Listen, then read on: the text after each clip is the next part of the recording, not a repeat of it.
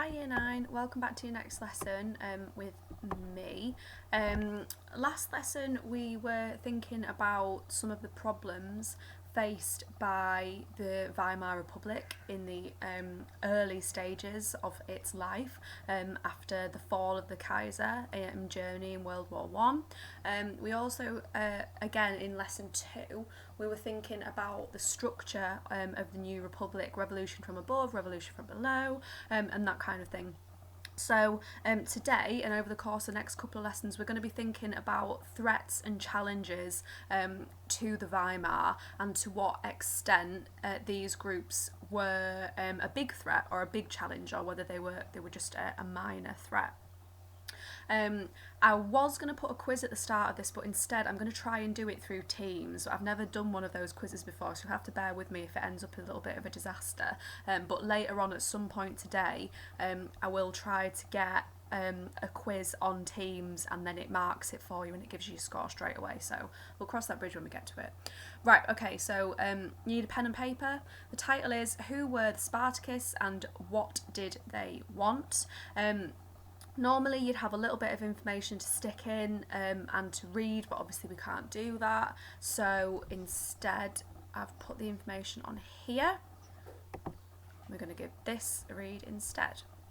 Okay, so in January 1919, the Weimar government was being led by President Friedrich Ebert. We mentioned him last lesson briefly. And he was a part of the Social Democratic Party, but he was challenged by a group known as the Spartacists. The Spartacists were led by Karl Liebknecht and Rosa Luxemburg. So we need to know a little bit more about their group, what it was that they wanted to achieve, and what their aims were. So, what were their aims?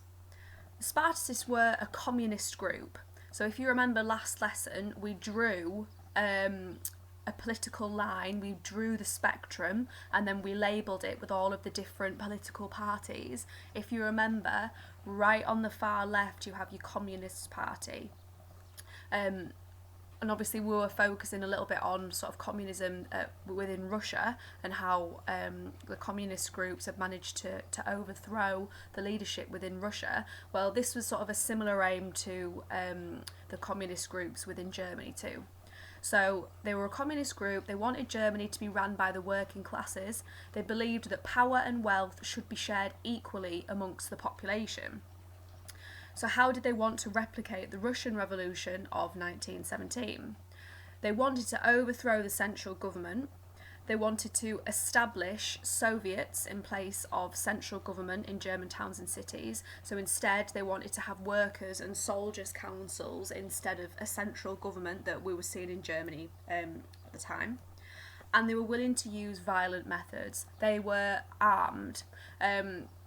This is a problem. I think I mentioned this a couple of lessons ago. This is a problem throughout Germany after World War One, is that protests and riots were far more dangerous than they ever had been before, because so many people were now weaponised and now had access to guns because they'd participated in World War One, and then to some extent some of those people have been able to keep those guns and weapons. So now what might maybe have been a small riot or rebellion, suddenly all these people are armed and it becomes a lot more dangerous than what had been possible previously.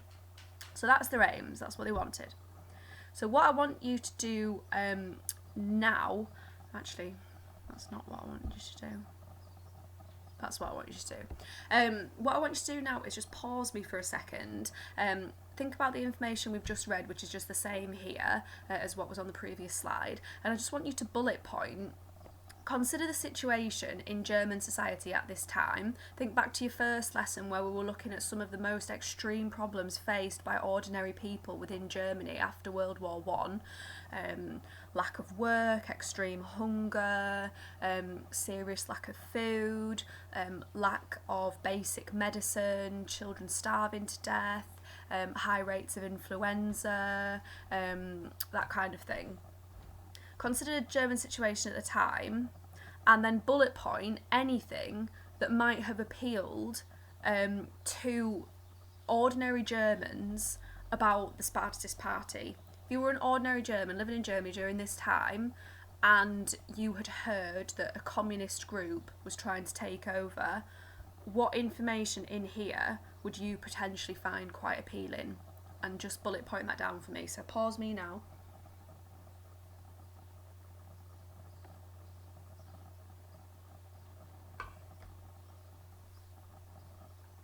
Okay, so I think what would have made the Spartacist party quite popular in some respects, although they weren't massively popular, and we'll come to that in a second, is the idea that they thought Germany should have been run by the working classes, and that was the largest class within Germany during this time, and the fact that they wanted power and wealth to be shared equally amongst the population.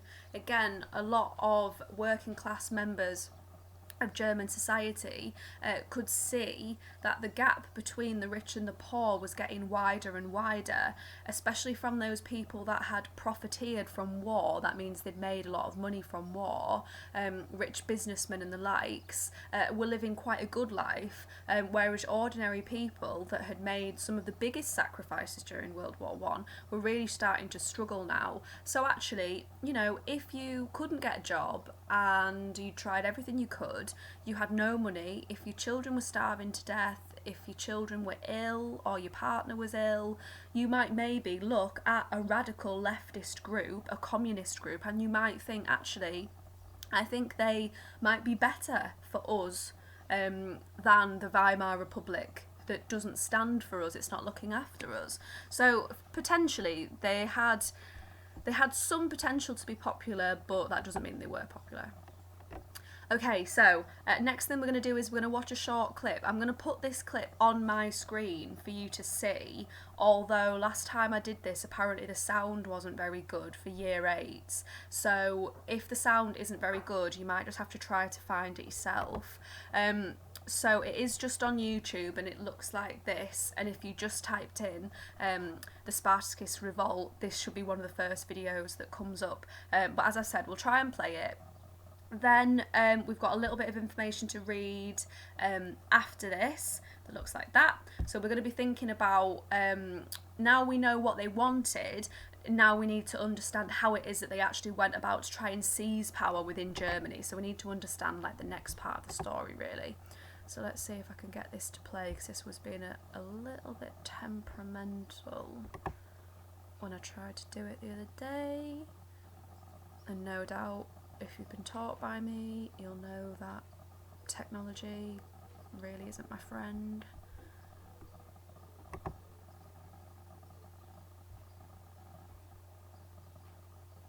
I'm just thinking about it.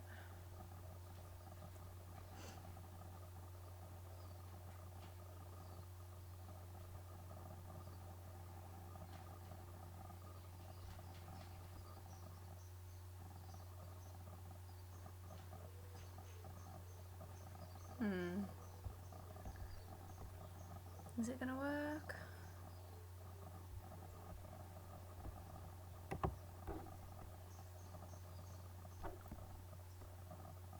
It worked yesterday.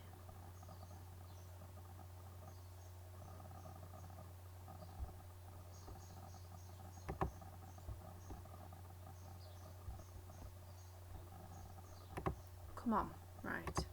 Get a grip of yourself.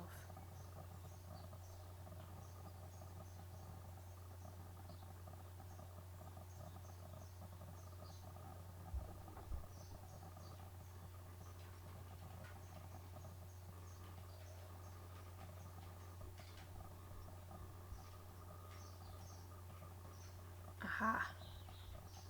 Right, here we go, fingers crossed.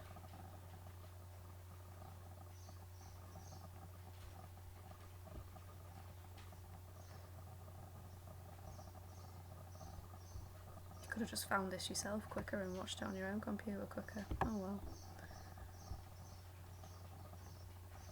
It's the 6th of June 1920. A new election means that moderate parties only have 45% of seats in the new Reichstag. Extreme left parties had around 20%, and extreme right parties also held around 20%. It's not looking good. In fact, for most of the 1920s, moderate parties struggled to form majority coalitions, whilst being attacked by extremists from both sides. January 1919, the Spartacist Revolt. Let's step back another 2 years, December 1918. Germany's Communist Party was first set up, the KPD. The KPD were backed by the Soviet Union, so they were well funded. It wasn't long before they had 33 daily newspapers and 400,000 members, posing a serious threat to the moderate parties in power. One key group of KPD supporters were the Spartacist League, consisting of extreme socialists from the USPD, an independent socialist party based in Berlin. The Spartacist League named themselves after the head of the slave revolt in ancient Rome, Spartacus. Their leaders were Rosa Luxemburg, also known as Red Rosa, and Karl Liebknecht. So fast forward a month. It's the 4th of January 1919. Chancellor Ebert makes a bad move. He decides to sack Emil Eichhorn, the chief of police in Berlin.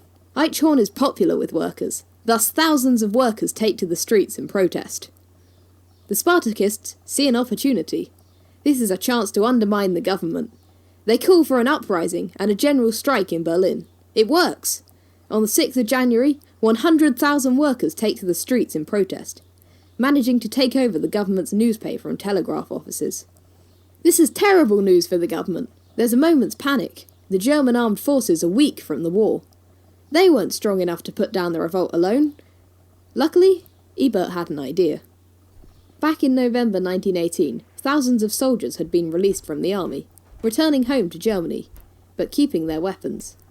Many soldiers were right-wing, with strong opposition to the communists.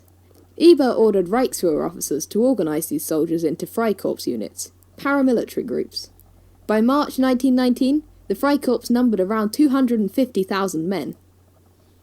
As the revolt grows, Ebert turns these Freikorps on the rioters. Most of the workers are unarmed, rendering no match for the Freikorps. By the 13th of January, the rebels have finally been driven off the streets.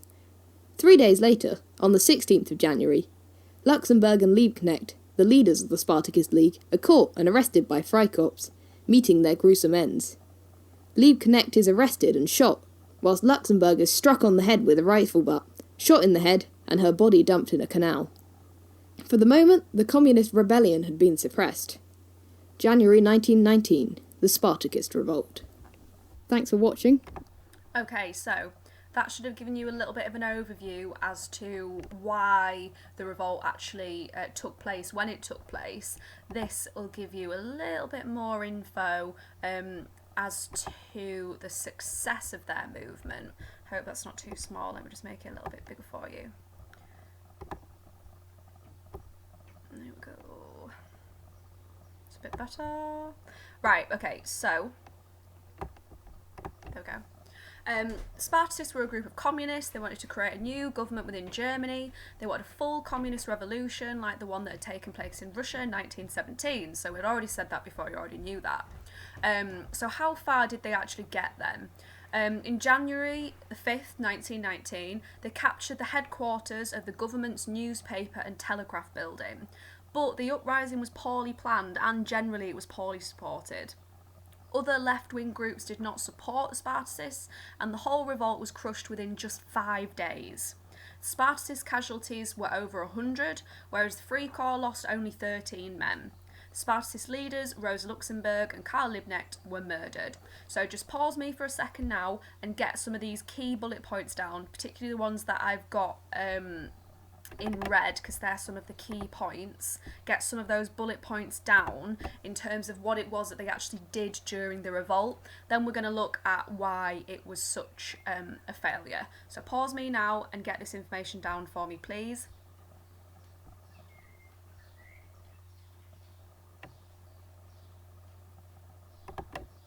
Okay, so now we've got to think about why it was that this revolt failed and why they didn't really get as far as they potentially could have done. So we're going to start here. So you don't have to set this out as like a little mind map if you don't like mind maps. You can just bullet point this information down, but do it as a new subheading. Why did the Spartacist uprising of 1919 fail? So the first point, The uprising was organised by extreme members of the communist group, meaning that not everyone was on board. As you saw in that little clip there, Rosa Luxemburg was also known as Red Rosa. She was a die-hard communist and had some really extreme ideas. So when the idea of the uprising was pitched to other members of the communist group, even they weren't fully behind it. So it was too extreme in its planning and in its execution. 2.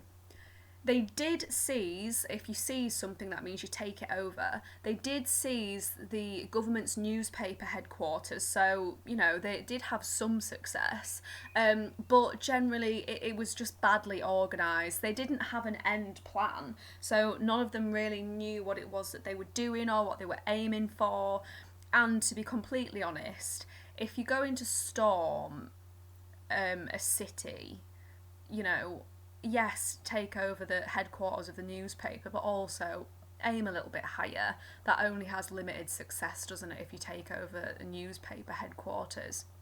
Really, they needed to be aiming for political buildings, but they didn't do that. 3, another reason why it failed. They did not receive the backing from the German people. Most people did not want to be communist. So earlier on, when I asked you to bullet point some of the things that ordinary Germans might have found appealing about a communist party, you know, that's all fine and well, thinking, you know, actually, yeah, that might be good, but it's another thing to have people openly support a rebellion, and generally they didn't support it. So they didn't have the same sort of mass movement like we saw in Russia.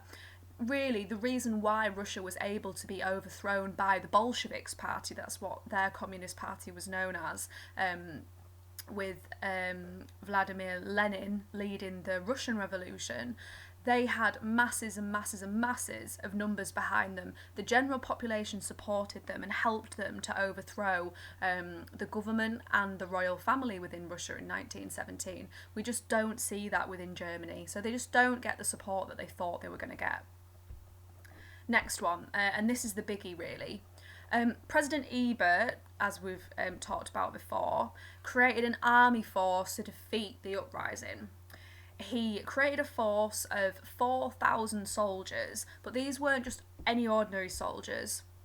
These were the Freikorps. So we'll talk about these in a little bit more depth next lesson, because they play a part in another rather large event that happens a little bit later on. And it says in this final box here, if you wanted to just add these two boxes together, the Freikorps were fantastic soldiers who hated communists.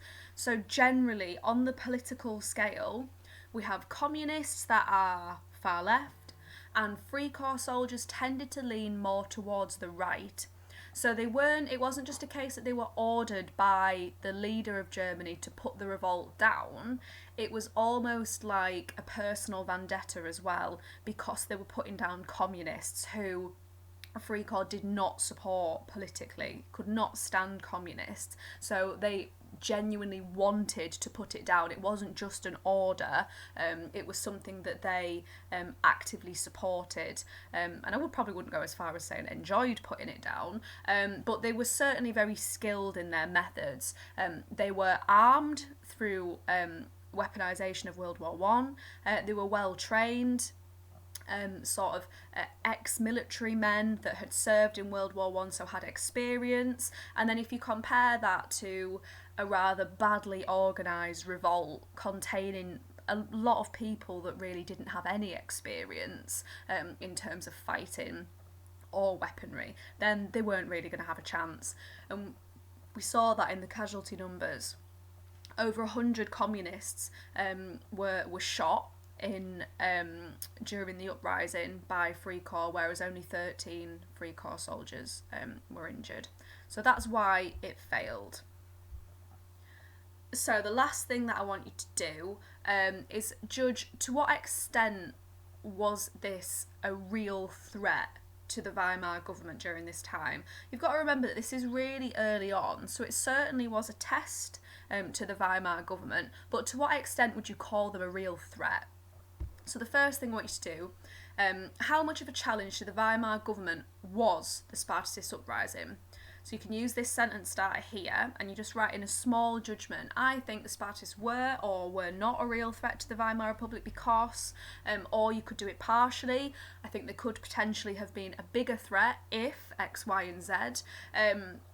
And then if you wanted to, as like a challenge question, you could think about the potential consequences of their uprising. And what I mean by that is, now that we've seen something like this so early on, and yes, they weren't successful, but what could be the long-term consequences of this? Could it potentially inspire others to do something similar? Could maybe people look at their movement and then learn from their mistakes and then maybe organise a more successful uprising? What does this show about Ebert's leadership?